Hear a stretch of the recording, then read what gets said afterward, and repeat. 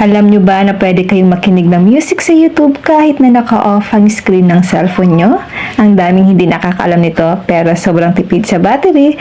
Ganito lang po ang gagawin natin para makinig tayo ng music sa YouTube kahit po naka-off ang screen ng ating mga cellphone. Ngayon guys, open lang natin ang Chrome browser.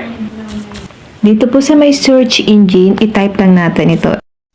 https youtube.com, then itap lang natin ng search. At dito guys, kailangan pala po naka-desktop site. Tap lang natin ng 3 dots, tap desktop site. Kailangan po meron siyang check dito sa may tabi ng desktop site. Okay, back lang natin ito.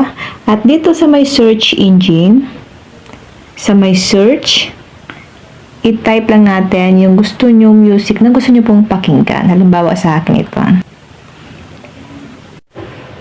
So ito na guys, kailangan po naka-play yan. And then, i-back na po natin itong ating phone. Para maipakita ko po sa inyo guys na kahit po naka-off or naka-back ito, nagpe-play pa rin po yung music.